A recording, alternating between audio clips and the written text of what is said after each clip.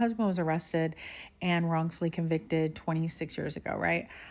We had a 1 year old, and I had to decide who I wanted to be. I had to do it at a very early age, which I feel like benefited me because I had all of the rest of my life. Like, I'm 52 now. So I had all of the last, almost 30 years to really figure out who I am, how I feel, what I want. But one of the biggest shifts I made is that I stopped.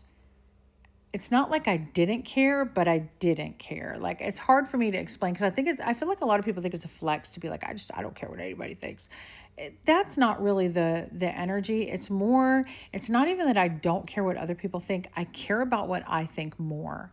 Like, I care about, like, I'm happy to take advice or like listen or whatever, but I'm never going to let other people's voices be louder than mine for my life.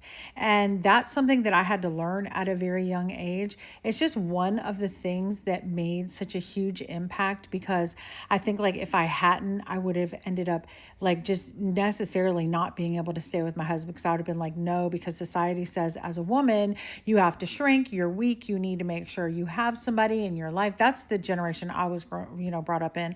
I didn't have to do that. You know what I'm saying? Like, I would have probably had my son in regular school and not unschooled him like I wanted to do. You know what I'm saying?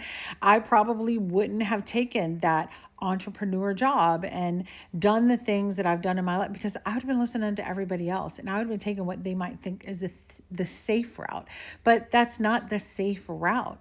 It is a predictable. You know what I'm saying? There's nothing wrong with it, but at the same time, I just feel like, we have to start listening to ourselves more and closing out that outside banter that's going on. And again, you don't have to push against anything for this. We just have to get so sure that our own inner connection is on fire that we don't need to hear other things or nothing else is loud enough to drown it out.